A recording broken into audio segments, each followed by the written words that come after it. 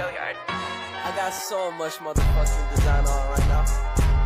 Break it down, bring it back, make it clap. I got 3 old thoughts, new block, where that day. Bitches on my line, and you know. Assalamualaikum warahmatullahi wabarakatuh.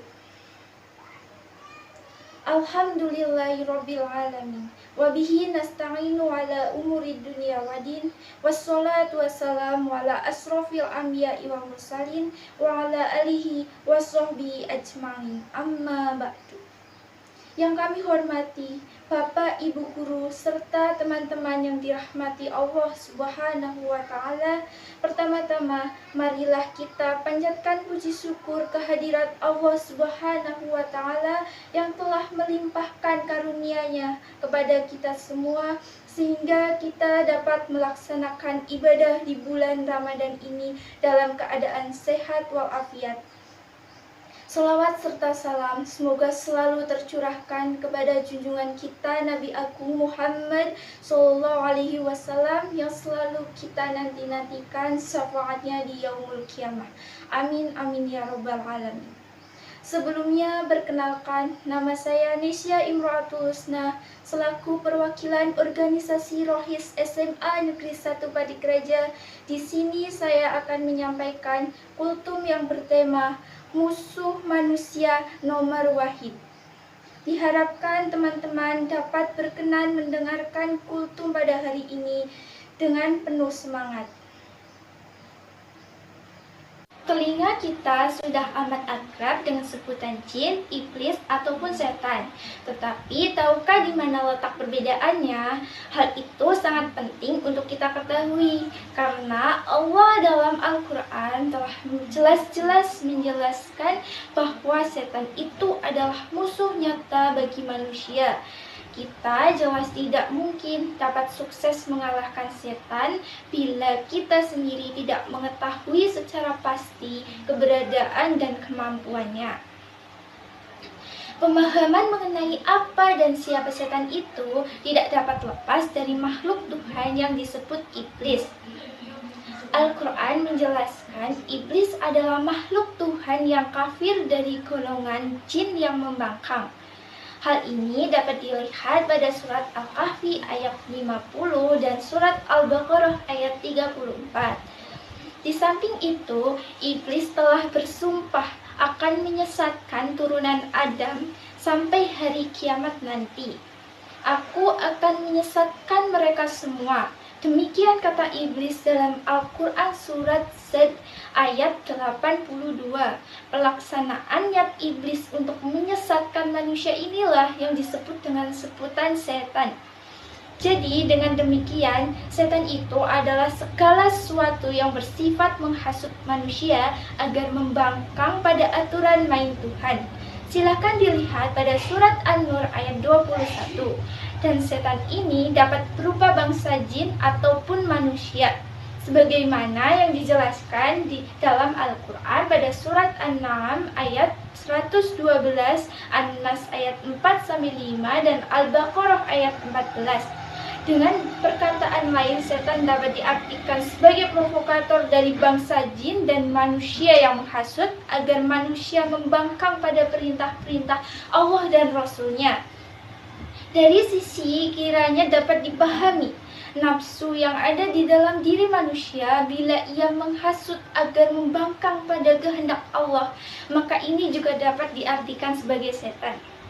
Keberadaan setan dalam diri manusia ini ditegaskan oleh Rasulullah SAW dalam hadis yang dirawikan oleh Ibnu Jauzi dan Ibnu Abdurrahman Salmi berikut. Tak ada seorang pun di antara kita yang tidak disertai setan. Aku sendiri pun demikian. Tetapi sesungguhnya Allah telah menolongku menghadapi setanku itu, sehingga dia aku kalahkan.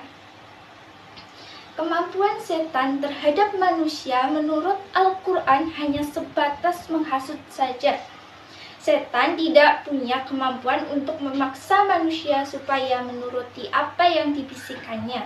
Ia benar-benar hanya sebagai provokator saja yang hanya bisa sekedar menghimbau. Selanjutnya terserah manusia itu sendiri. Apakah manusia mengikuti himbauannya atau bisikannya itu atau menolaknya? Manusia benar-benar makhluk yang merdeka dalam menentukan pilihannya. Hal ini diakui oleh setan itu sendiri. Sebagaimana yang terdapat dalam Al-Quran surat Ibrahim ayat 22. Kata setan, "Sesekali kita ada kekuasaan bagiku terhadapmu, melainkan sekedar aku menyuruh kamu lalu kamu mematuhi seruanku. Oleh sebab itu, janganlah kamu mencerca aku, akan tetapi cercalah dirimu sendiri." Atau dalam surat Al-Hasyr ayat 16 berikut. A'udzu billahi minasyaitonir rajim. Bismillahirrahmanirrahim. Kamasalis syaitoni idh qala li insani kafur falamma kafara qala inni bari'um minka inni akhafullaha rabbal alamin. Shadaqallahul adzim. Artinya adalah bujukan orang-orang munafik itu adalah seperti bujukan setan ketika dia berkata kepada manusia, "Kafirlah kamu." Maka tak kala manusia itu telah kafir, setan berkata, "Sesungguhnya aku berlepas diri dari kamu karena sungguhnya aku takut kepada Allah." Dengan demikian, jelaslah kita tidak bisa menimpa kesalahan kepada setan bila ada orang yang ngantuk pada waktu mengaji ataupun enggan mengikuti pengajian. Begitu juga kita tidak dapat sewenang-wenang menuduh setanlah yang sepenuhnya bertanggung jawab bila ada seseorang anak membunuh orang tuanya. Ini semua adalah kesalahan manusia itu sendiri. Mengapa ia rela mengikuti himbauan setan? Bukankah manusia adalah makhluk yang merdeka untuk memilih? Para hadirin khalifah Allah yang berbahagia, bila kita menyadari benar apa yang dapat dilakukan setan kepada kita, serta bagaimana cara-caranya dalam menyesatkan manusia, maka kita dapat selalu memasang kuda-kuda untuk mengantisipasi serangannya dan dengan keyakinan yang kuat bahwa manusia memang selalu digoda oleh setan. Maka insya Allah kita akan mampu mengatasi godaan tersebut. Hal ini dicontohkan oleh Nabi Yusuf alaihi salam yang suatu ketika digoda oleh istri pembesar Mesir yang bernama Sulaiha. Tetapi Yusuf dengan tegas berkata, "Wahai Tuhanku, penjara lebih aku sukai daripada memenuhi ajakan mereka kepadaku."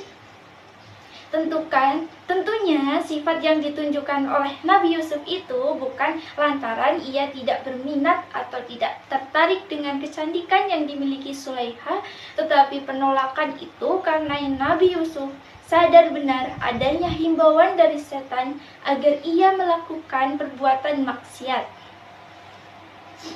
Hadirin khalifah Allah yang berbahagia, setan dari bangsa jin terutama sekali menyesatkan manusia lewat perbuatan syirik.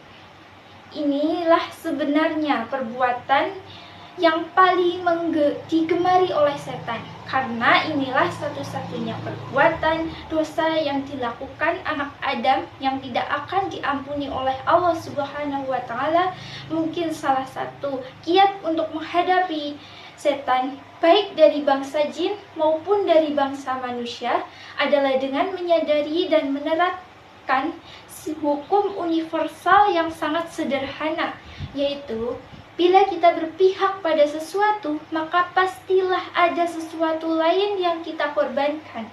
Artinya, bila suatu saat kita berpihak pada setan, yaitu dengan melaksanakan himbauannya, maka pada saat itu yang kita korbankan adalah Tuhan. Karena pada waktu itu segala perintah Tuhan kita cuekin. Sebaliknya, bila kita berpihak kepada Tuhan, maka setanlah korbannya karena bisikannya tidak kita laksanakan. Tampaknya persoalan ini lebih sederhana. Apa yang kita korbankan, Tuhan atau setan?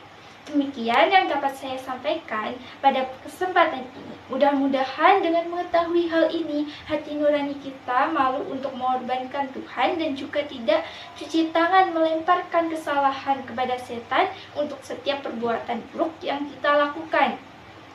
Kurang lebihnya mohon dapat dimaklumi dan dimaafkan. Billahi taufik wal hidayah. Wassalamualaikum warahmatullahi wabarakatuh.